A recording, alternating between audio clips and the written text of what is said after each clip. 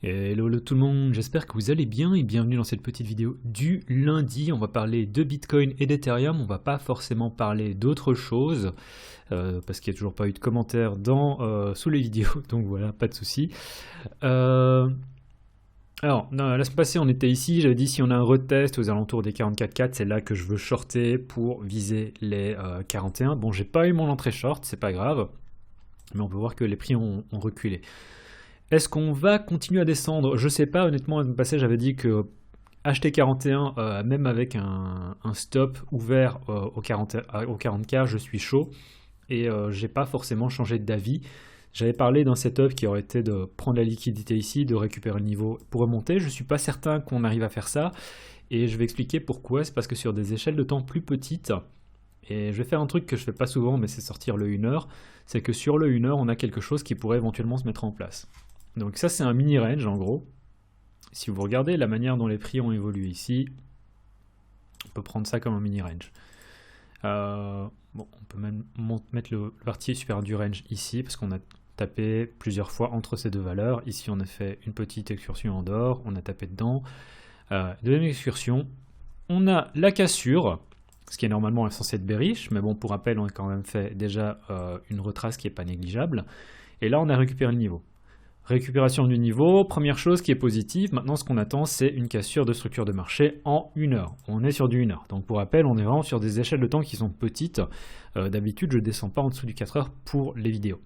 Et ce que j'attends maintenant, c'est la confirmation. Donc, ça, c'est une première chose qui me fait dire, OK, on a récupéré un niveau, peut-être que tu veux passer long. Qu'est-ce que tu veux? Qu'est-ce que je veux attendre moi pour passer long? C'est, on a la cassure ici.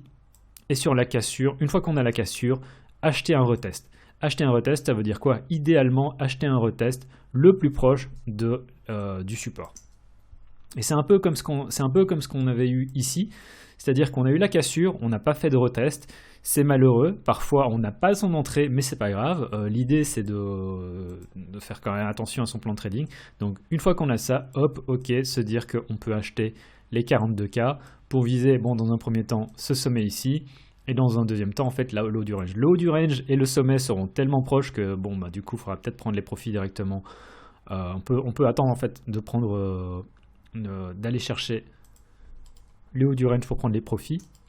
Mais au-delà de ça, si on a ce genre de formation qui s'effectue et qu'on a ensuite, à partir de ce moment-là, une acceptation des prix au-dessus du range, bah, ce sera pour aller directement chercher ce sommet ici qui correspond aussi avec ces droites de tendance qu'on va aller rechercher assez loin. On peut la prendre même en daily. Bon, on a cette droite de tendance qui faisait office de, on va dire, de support puis de résistance. Si on a ça qui se forme, ça ferait quoi? Ça ferait hop, épaule, tête, épaule inversée. Ça fait un bonhomme qui sourit avec des prix si on a la cassure qui pourrait nous amener assez haut. Donc est-ce que ça va se faire? J'en sais rien, mais en attendant, moi ce que je dis c'est tout simplement que sur le 1 heure, on a un début de quelque chose qui peut se mettre en place. Il n'y a pas encore la deuxième confirmation, et je l'ai déjà dit dans une vidéo qui est tellement pas regardée, mais bon voilà, que il faut attendre. Pourquoi? Parce que souvent, moi j'ai eu le coup du ok, on a récupéré le niveau, je veux aller chercher ça. Non, le mieux c'est vraiment d'attendre. On a la cassure de structure de marché, on achète le retest, on a vraiment beaucoup de confluence, on a le stop qui est bien défini, et à partir de ce moment-là, on se met en position log pour aller chercher ça comme ça. Avec le stop qui se mettrait ici en dessous, ça ferait quand même un trade à 2R. Mais il faut attendre. Donc ça, peut-être qu'on va directement aller monter comme ça, et qu'on n'aura pas de retest. Bon, voilà, c'est le jeu. Chacun sa manière de trader. Moi, j'ai une manière de trader aujourd'hui qui est vraiment très défensive, dans le sens où je veux avoir un alignement, je vais dire un alignement des planètes pour que je prenne mon trade.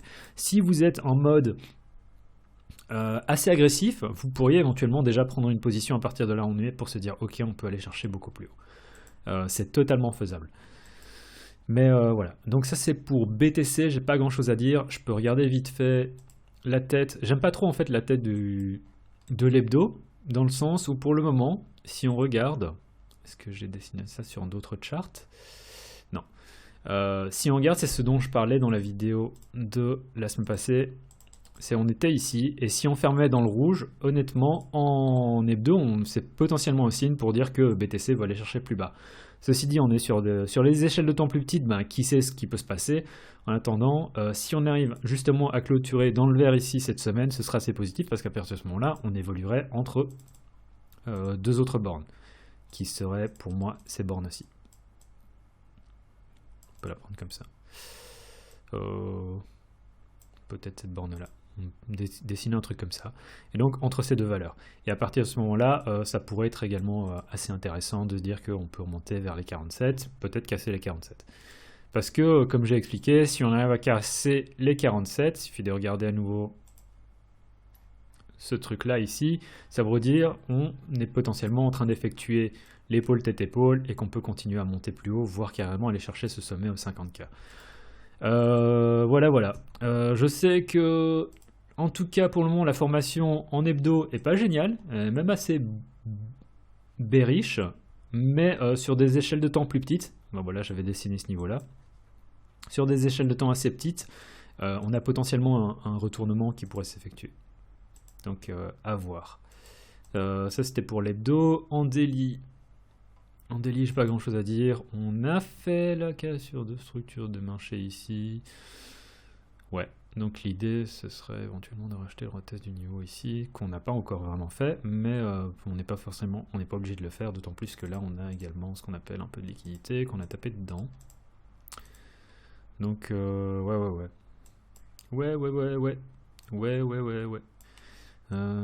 Au passage, bonne Saint-Valentin à tous. Si je rush un peu le truc, c'est parce que ma copine va revenir bientôt à la maison et j'essaye de faire le truc bien.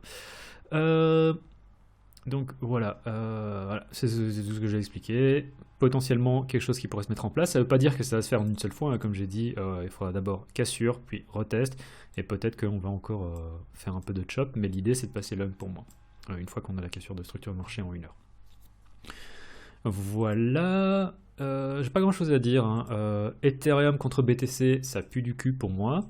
J'avais parlé d'aller venir chercher la target des 68, bon on y est, et j'ai l'impression qu'on peut encore aller chercher plus bas, parce que là ce qui se passe c'est qu'on a, bon c'est pas un niveau qui est super relevant, comme diraient les anglais, on a tapé un peu dessus, mais c'est davantage un niveau un peu pivot sur lequel on n'est pas forcément obligé de trouver du support.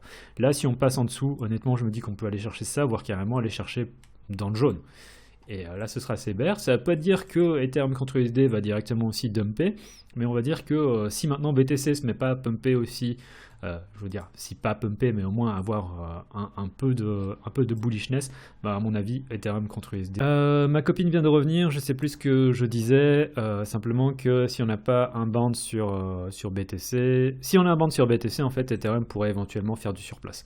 Donc ça, ce sera encore ce qui est de plus positif, parce qu'à ce moment-là, peut-être qu'on pourrait également construire un truc à ce niveau-là, à ensuite avoir un pump. Je sais pas encore, mais honnêtement, BTC, Ethereum, enfin, autant BTC, je me dis on peut faire un pump, on peut partir sur quelque chose de bullish, je dis BTC, hein. Autant Ethereum contre BTC me paraît pas intéressant, et du coup, à mon avis, va continuer à dumper, ce qui fait que Ethereum va tout simplement faire potentiellement du surplace.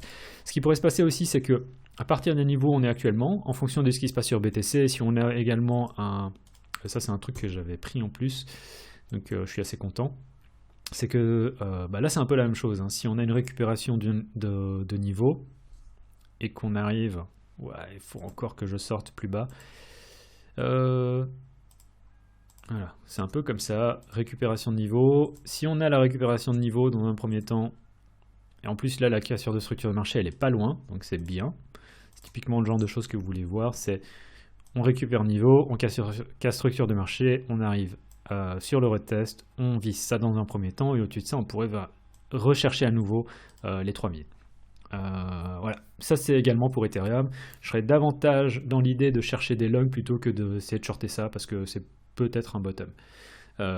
Et si on continue en fait à vraiment ranger ici, ça veut dire quoi? Ça veut dire que 2004 c'était, on était cherché 2002 c'était le bottom, et 33K c'était le bottom également sur BTC. Donc à voir, en vous souhaitant une très très bonne Saint-Valentin. Je vous retrouve dans la vidéo de vendredi. Tchuss.